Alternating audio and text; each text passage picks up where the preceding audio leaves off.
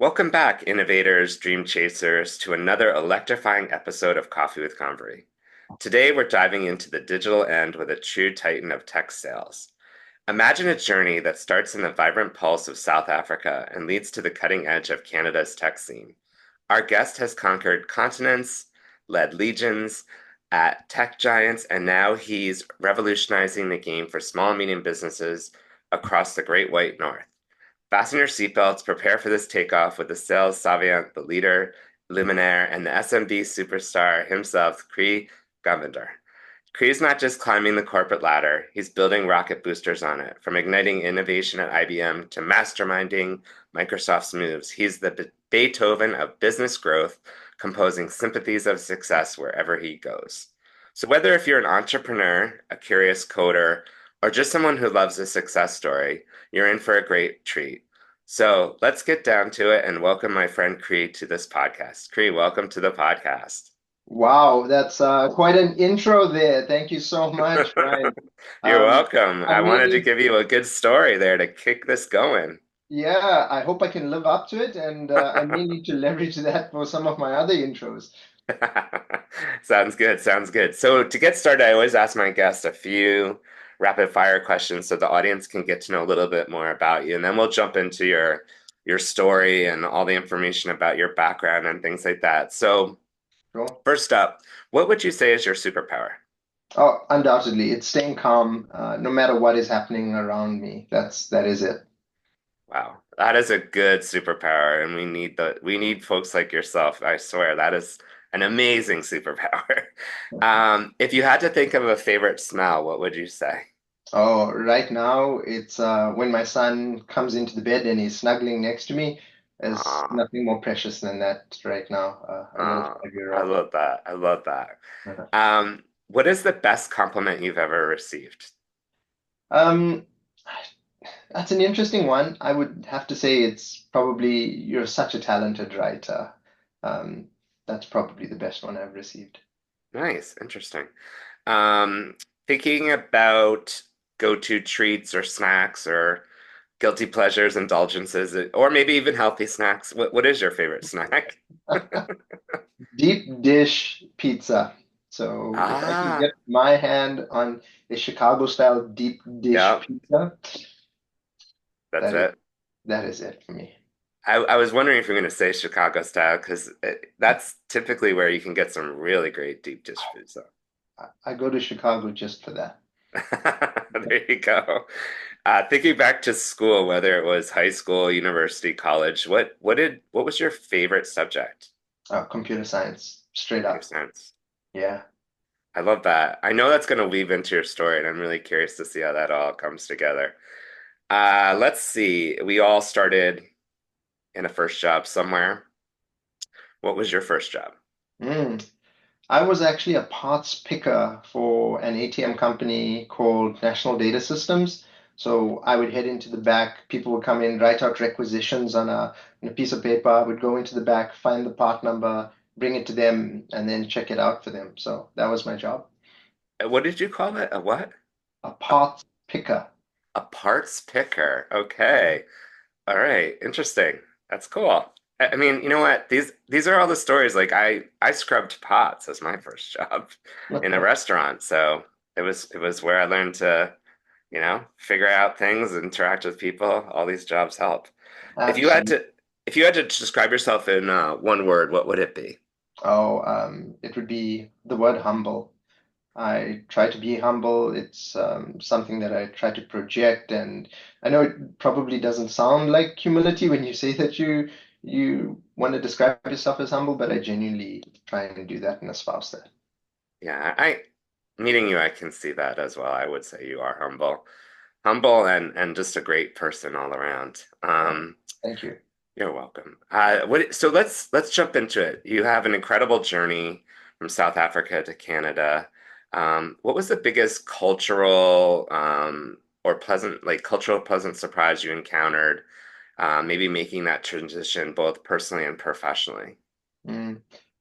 It's a pretty easy one for me, and if I have to just go a little bit back, we're closing in on about 2 years in Canada, just in the next few weeks, and Okay. The startling truth is, when we landed in Canada, it was the first time that we had ever set foot here. So we sold everything. We moved here without even having ever visited. It was like one of those burn the boat moments in life where you pretty much do this with a wife and a 3-year-old in tow. So it was pretty big and bold. So with that in context, I'll never ever forget this experience because we traveled 27 hours to get from SA to Canada. And when we arrived, we spent another 3 hours going through immigration and getting our work permits and so forth. So 30 hours later at 11 p.m., we stepped out through the doors into the lobby. And who do I find there? I find my boss, I find my LT, I find my team there waiting for me. Just telling you about it like gives me goosebumps now. They had gifts for my son, they had flowers for my wife, and they pretty much just wanted to meet us and greet us there. And many months later, I built up like some of the courage and I asked one of the leaders and I said, "Hey, why did you guys do that? Especially not knowing what time we were going to actually even come out, like waiting 3 hours, like post plane arrival." And he said, family doesn't leave family at the airport. And he said, "You've made a huge decision to make a bet on us, and we know that." Wow, And for me, that is something that will always stick out for me. And when we speak about this aspect of culture and these moments of building trust and meaningful moments for psychological safety, this one slots squarely into that realm for me. And if I reflect on it right now, like the words of Maya Angelou, like just really flood my mind. And, she said, "People will forget what you said, people will forget what you did, but they'll never forget, how you made them feel." hmm, And that is something that really stays with me, stays with my family, and whether I'm with Microsoft or even like long into my future, that is something that will stand out as a very visceral moment for me and memory. And ultimately, I knew they were making a bet on me, and someone gave me a chance. The reason is, Microsoft, I wasn't the only resource in the world that could do that role. Like, there's a ton of talent in the Great North, as you well know. But for them to make this bet on a guy coming out of South Africa and to wait for us and allow us to get there and then to back that up with that kind of experience, that's pretty special. that's incredible. What an experience. Oh, I'm even getting goosebumps thinking about like I've never heard of such a powerful welcome, which is something if you get that right, like you said, look what impact it's had on you. That's incredible. yeah. And one more thing I'll say on that, and not to digress, but Sure. since then, like we get tapped up for other roles and so forth, but I'm so bound to the culture and the people and the experiences that I have with them that money and outside attention doesn't factor into my life at this point in time, Yep. because of those experiences. Well, you talk about employee engagement and companies struggling with that. Look what they've done with you. I mean, that's incredible. So you have worked with tech giants like Microsoft and IBM. How do you Mhm. think the approach to innovation, not necessarily maybe is different, or how both these companies complement each other? And what valuable lessons have you learned from both of those experiences? Well, I owe a lot to the Big Blue. IBM is quite simply an institution in my mind. They gave me so much of the foundational learning that I've gained in my career when I was a junior developer, all the way up to empowering me with like leadership capabilities and their sales methodology. The global sales school is just like second to none. Hmm. IBM is just an absolute titan, and it's been a pioneer in our tech industry for decades. But where I think things have kind of fallen a little bit short for them in the recent years is they've not had that ability to predict and create the future as accurately as Microsoft has Hmm. since 2014. And I'm very specific in terms of why I'm calling out 2014. And I say this with the utmost respect, but there is a gulf in visionary leadership between the two since then. And I recall vividly in 2015 when I was in IBM leading this hybrid cloud business, and I looked across the pond at Microsoft, who were leading the charge at that point in time in cloud with Azure. Although AWS had more share, Microsoft were innovating and they were pouring energy into building this Azure cloud offering, right? IBM was still caught in the stranglehold of like traditional revenue streams and grappling with how do they maintain that while still trying to transform. And it was really muting their ability to innovate at scale. So this 2014 piece is critical because that's when Satya came in as a CEO. And if we look back prior to him, Microsoft was fragmented, the culture really was nowhere, and they were not dominating in the market. And the most valuable lesson I've gleaned is that with the right type of visionary leader at the helm, inspiring and operationalizing the espoused culture into this really visceral lived experience, people start to believe, people start to dream, and quite critically, they start to experiment without any sort of fear of recrimination because they're unlocking this growth mindset. And that really, for me, has been like the big lesson or the observation between these two. And I think the last time that IBM genuinely had someone like that was in the era of Lou Gerstner, to be honest. Yeah, yeah, absolutely. That's what we have in common because I'm also a proud IBM alumni as well. Mhm. So it's great to reflect on some of that experience and some of the challenges these organizations face. I want to jump into what really is interesting as being the SMB Canada area lead for Microsoft. Some of those challenges and opportunities are quite different in navigating for those size organizations. What do you see is some of those challenges and opportunities in the current tech landscape for SMB? Yeah, it's gonna seem like a very tech-heavy answer right now, and That's okay. what's dominating the airwaves and mind space of pretty much everybody. But it really is at the heart and soul of it around AI, right? And it's both the challenge and opportunity for these SMBs is how to unlock this power of AI for their businesses. Mhm. uh, Critically, Brian, this is the biggest moment in our lives, as Right. professionals and also hugely as citizens on this planet. AI will have the most impact on life in all domains, more than any other technology that has ever come before it, or anything that we've experienced in our collective history. And I like to think of it as like we're standing on the edge of the fastest industrial revolution in human history. And it's not just arriving, it's here and it's rewriting rules like lightning fast. I put out a post the other day that said AI hit 10% adoption, 25 times faster than that of the telephone, and seven Wow. times faster than that of the PC. ChatGPT hit 100 million users in just 2 months.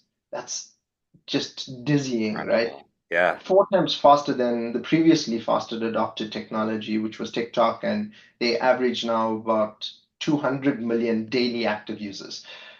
And this advancement, coupled with the volume and veracity of AI information that's coming out from tech behemoths that we just pump out, quite frankly, is paralyzing for these SMBs, right?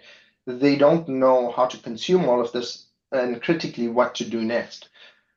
But here's what they can do. Number one, be able to identify like key use cases within your business to unlock and boost productivity. Productivity is the first step towards this. And it is by far the most prevalent use case that we've seen across like over 13,000 SMBs that we've sampled through data. It's the fastest way for them to experiment, adopt, and implement and gain benefits, and ultimately will then lead them to experimentation with other AI services that will help them critically differentiate and future-proof their businesses as they look ahead. Yeah, absolutely. And what do you just thinking about some of the listeners like listening to you too and understanding this is the reality, right? This is where things are headed. Any thoughts for any of the young listeners or, just trying to navigate the job market to think about how they might incorporate AI into their world and how they might look to maybe get some more upskilling to understand that field? Mm. we were away a few weeks ago with some really good friends out at Grand Bend, and they have kids that are entering university, and they were asking me the same question pretty much. And whilst I couldn't give them a definitive answer, what I did say to them is there is no industry that I genuinely see that's not going to be touched by AI in some way, shape, or form. And the first thing that people need to do is really educate themselves. There's a ton of free content that's out there.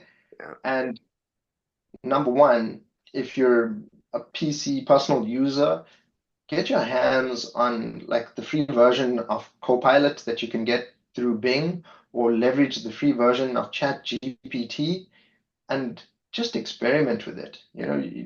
It's not going to blow up if you put in an incorrect prompt, but start having conversations with it in the same way that you would a super smart mentor, or the most knowledgeable being on the planet. Just ask curious questions, and through this process of experimentation, you'll start to build up confidence, capacity, and critically knowledge. And then organically, your mind will find ways in terms of thinking about how you can apply that to not just life, but the work context as well.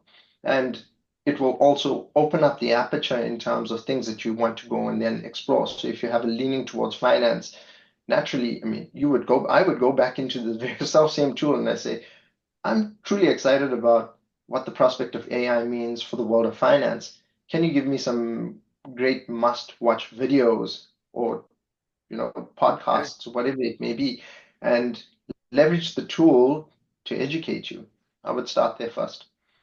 yeah, absolutely. And I'm glad that you brought up the whole industry part because, you know, this is like other technology where it's not industry specific. It's something that's going to be used throughout. And I heard someone recently refer to it as to kind of figure out between is it a tool or a language? Do you have an Mhm. opinion on that? I was like, well, it's not, it feels like you're learning a new language to me, but in some cases, it actually is a tool to help product heavy and other things. But I know this is a little off script, but with the conversation, I'm really curious. Yeah. Yeah, it's you're giving me something to think about and ponder about. The best technologies are the ones that don't present themselves as technologies, to be truthful. Okay. And it's Yeah. the first time that we're really having conversation with PCs, not just by purely typing, but most of the time now I dictate to my co-pilot. I use that because it's conversational in the same way that you and I interact. That's right. So I do believe, with the way that you've asked me in terms of those two domains, moving further away from being a tool, but rather integrated as a language Yeah. that we speak. It's it's really going to be something that democratizes, for the Uh, first time, like we can genuinely use this word, democratizes access to pretty much the knowledge of the planet. Yeah. Absolutely. Absolutely. Thank you for going deeper on that. I think it's an interesting topic and really, really top of mind right now. Absolutely. Thinking about, high performance sales teams and you're known for building those, how do you motivate and develop really great talent? Yeah, well, this is a question I come across fairly often, and my approach is number one, leave my title and the ego at the door. It kind of reminds me of the saying that I used to have or that I used to see in my CrossFit gym. And it was bold there. It says, leave your ego at the door. Like, no one cares how much you lift and how many reps you're doing, but they do care if you cheat. Um, and the number one thing is that I want to build in my people is trust in me and ultimately in each other. And that starts with you as the leader being real, raw, authentic, like letting them in and showing them both like your absolute strengths and the things that they can lean Yeah, on you for, as well as your fallibilities. Nobody wants a leader who's just this absolute specimen that they think, oh my God, this is pretty much a modern day God walking on earth. right. Um, yeah, they want to see reflections of themselves in you, right? Or at least that's what I believe. With that as the backdrop, the next thing is a deliberate and high frequency touch point with each person, where I get to know them on a personal and professional level. understanding why they do what they do and who they do it for. Like, what is their purpose in life, and what does success look like from them, and where are their growth dimensions? What experiences do they want to have, not just now, but in like upcoming roles? And then I sit and I like really chew on that deliberately and try and find ways to connect these into the work that they do on a daily basis.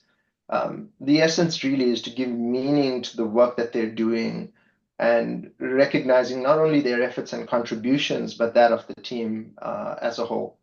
And critically, I need to be in the trenches with them. It's the reason why I like teams of like probably 7 to 11 people at maximum, because Yeah, I can get very deep with them on that level. And this aspect of being in the trenches is like, no task should be beneath the leader.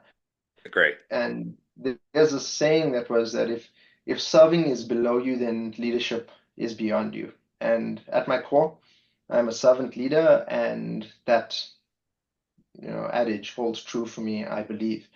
It's always been my approach, and this is what served me well in terms of building these high performance teams.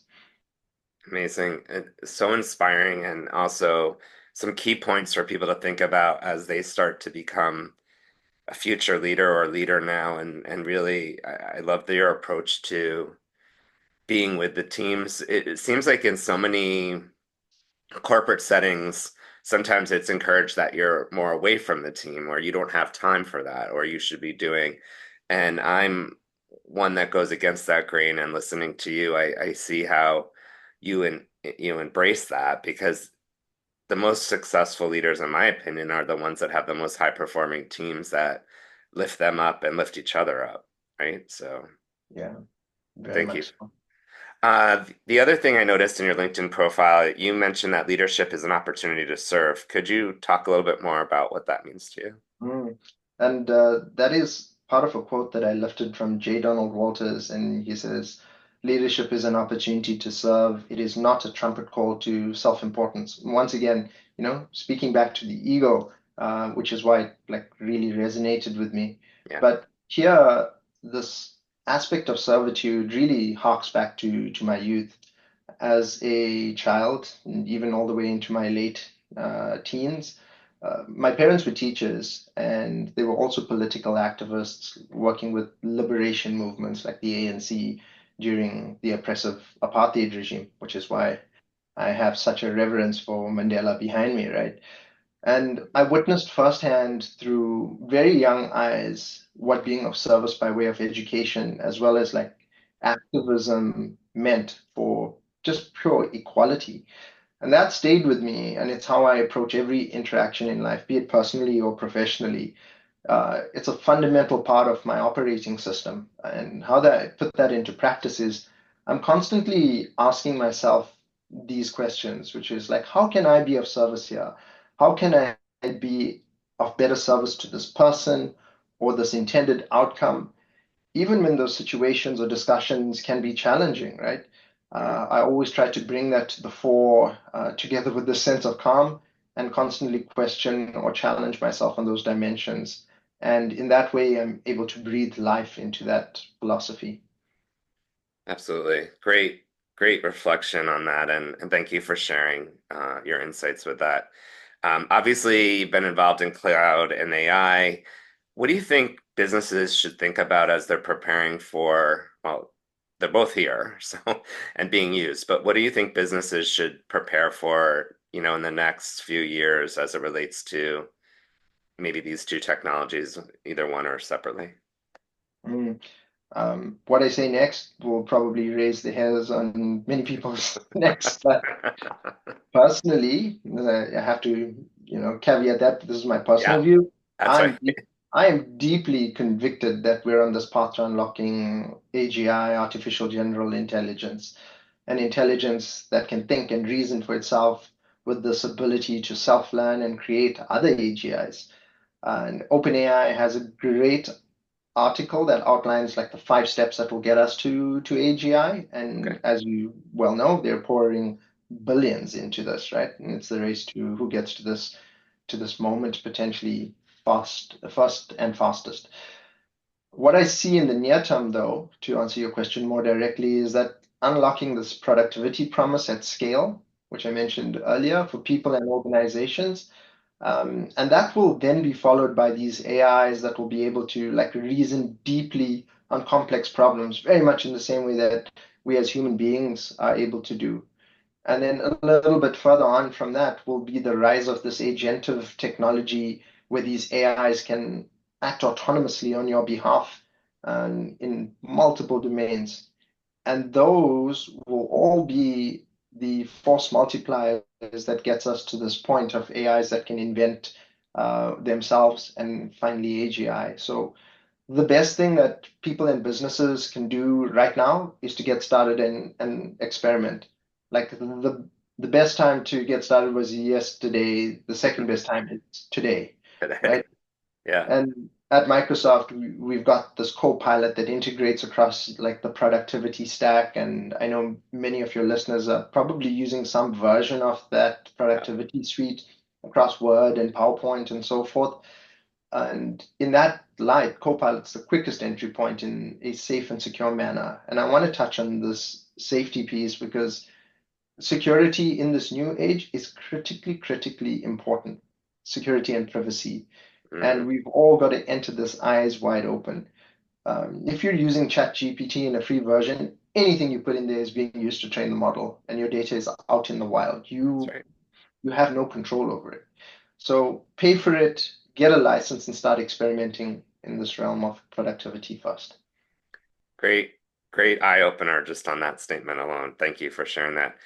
I want to go into something a little different now Mm. around talking about global perspectives. Because as someone who's worked across different countries and lived in different places, we are in obviously a global economy, a global world. And then when you actually take that back to the home, to the office, to the communities that we all live in, there's also that whole idea of emotional intelligence and cultural intelligence that comes into play with these global perspectives. And, I've seen myself and learned from this that sometimes you say something and the person reacts differently. It might not be because of what you said, it's just the way that they've had a lived experience and they think of it in a different way. What's your Yeah. thoughts about this? Because I think, especially in Canada, there's so much global diversity amongst us all, and when you enter into a room at work or in a community, you don't know who's in that room and what they've lived or experienced. What's your thoughts around that, and how do you feel about that? Yeah. That's such a great question, by the way. Um, we live in a world now where pretty much almost every organization has the words diversity and inclusion woven into it in Yeah, some way, shape, or form. If I go back to when I started my career in the 90s, it wasn't even a thing. So right. we live in this world now where like diversity in multiple dimensions, especially perspective, are prized, valued, and inculcated. And my view on this is that diversity breeds empathy. It really does. And I've seen firsthand how deliberate Microsoft has been in exporting diverse talent across the globe to pollinate in those other regions and the power that that unlocks. Having a different global perspective helps challenge the status quo. It creates constructive tension in the room, challenging decisions, typically for better outcomes.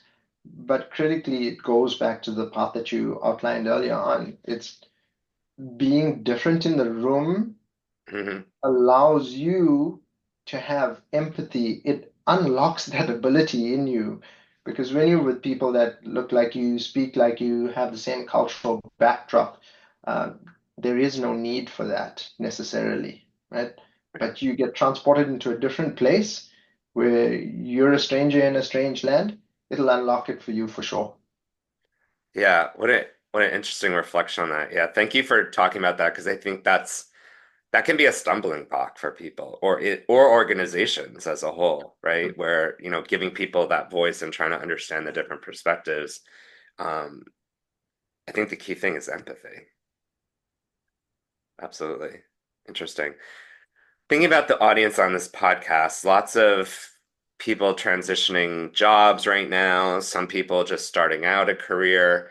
What would be your advice for someone who wants to maybe, you know, maybe start out or break into the tech world as a career like you started out? I know it's a different world now, but any thoughts that you would give to somebody about that?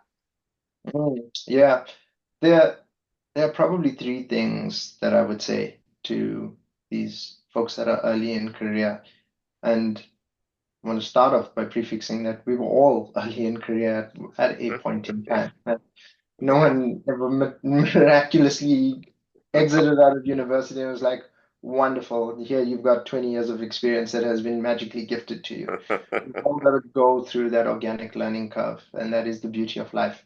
Like, no one will escape that, or no one can fast track that. And someone's got to give us our shot. Someone's got to take that bet on you, see the potential, and say, hey, I'm going to give this person a shot. And there is an aspect of luck that's involved in Absolutely. that, but there are ways that you can also play towards having that manifest. The first thing I would say in these three aspects is have a vision for the types of experiences you want to have now, in the next year, in the next 3 years, in the next 5 years. Very specific, saying experiences, focus on experiences rather than on roles or job titles. That's great. Those will mislead you, and it's often your ego that is driving those decisions. Experiences over titles. That for me is the ticket. And if you can articulate that for the person on the other side and say, hey, I want to have an experience, developing world-class software with a team of like highly intelligent, motivated, empathetic, and inclusive individuals. Very different conversation to I want to be a junior developer on your team, right? And then connect it into the why from that point in time. Number two, find a strong set of mentors, and leverage these folks. It's something I cottoned on to far too late in my life. And now I have a widespread, both internally and externally. Those people, if you find the right mentors, will really be advocates for you as well. They will help unlock opportunities, and those people advocating for you is a powerful, powerful force to help you, not just to get you to a job, but also in terms of your career journey and the set of experiences that you need to have. They will stretch you, push you, and guide you to a better version of yourself. And the final one is something you have absolute control over, which is have a great attitude mixed with high aptitude. This Mhm. is something I continually test for in candidates when I interview them. Um, this type of like 1-2 punch, I would say, is if I could even share it with anyone that's early in career, if you can bring that to the fore and show how hungry you are and how adaptable you are, those are the type of people that I genuinely look for, even beyond the credentials that are on the piece of paper that are in Yeah. front of me. Because the jobs today change so quickly, you need people that are adaptable, that are hungry and are willing to learn, that will ride the wave of change rather than be locked into a fixed mindset. Wow. Wonderful advice and insights, and I couldn't agree more with what you just shared with the audience. I think it's incredible to think about like the opportunities, but when you think about the power of yourself in those situations and sharing what you just did is a really great way to think about it.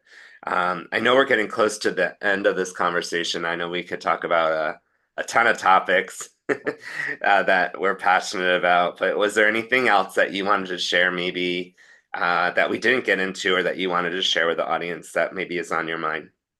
Yeah, I think while we're on this aspect of the folks that are early in career, another piece of advice I'd like to land with them is do a fair amount of inner work, and by that, spend time understanding yourself.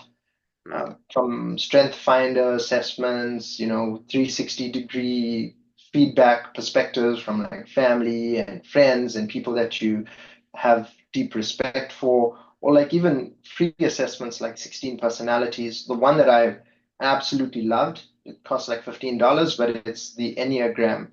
And that is like, it's been eye-opening for me. It's like sitting with a clairvoyant in some way. Yeah. But the reason why I say do the inner work is because these all layer up into providing you a view of who you really are, not who you think you are, and what are your strengths, and critically where are your areas of opportunity. Because often when we're asked to think about it in the absence of having that, our vision of where we think our strengths are may not be what the external world sees as our strengths. Mhm. There may be a degree of overlap, but I've never come across it, not in my lifetime, even for myself, where it's been a one-to-one match. It's like a Venn diagram. It's like what do you think, Yep. what the world thinks, and the area of Somewhere in commonality. between. Yeah. Yeah. And the reason why that becomes important is you use that to then tie into the set of experiences that you want to have. So it becomes this like nice, virtuous, connected storyline, and they're not disconnected from each other. You're developing, have an understanding of self to be able to bring out the best of you and develop the best of you. Hamlet said it really well, or Shakespeare did through Hamlet, which was to thy own self be true. So that would be I love my that. parting comment. That's incredible. I love that. I love that. Thank you. It summarizes all the thoughts and advice you shared here and insights. And I just want to say from myself, thank you so much for being a part of this podcast, embarking your ideas and wisdom with the listeners. I think this has been a wonderful episode, and I really thank you so much for being a part of it. Oh, I'm truly honored and blessed and humbled to be here. And it ties back to this aspect of servitude. So if we can reach many and serve at scale, That's then right. I'm fulfilling and living up to the philosophy. Absolutely, absolutely. So, thank you again for the listeners. If you liked what you heard today, please share this podcast with your network, either on Spotify or wherever you get your podcasts. We are also on Instagram, Coffee with Convery, where you can find all the episodes that have aired on this channel. As a reminder, this is Coffee with Convery, where we show you that success isn't about just climbing the corporate ladder. Sometimes it's about building your own jungle gym for success. Thanks again, and we'll see you soon.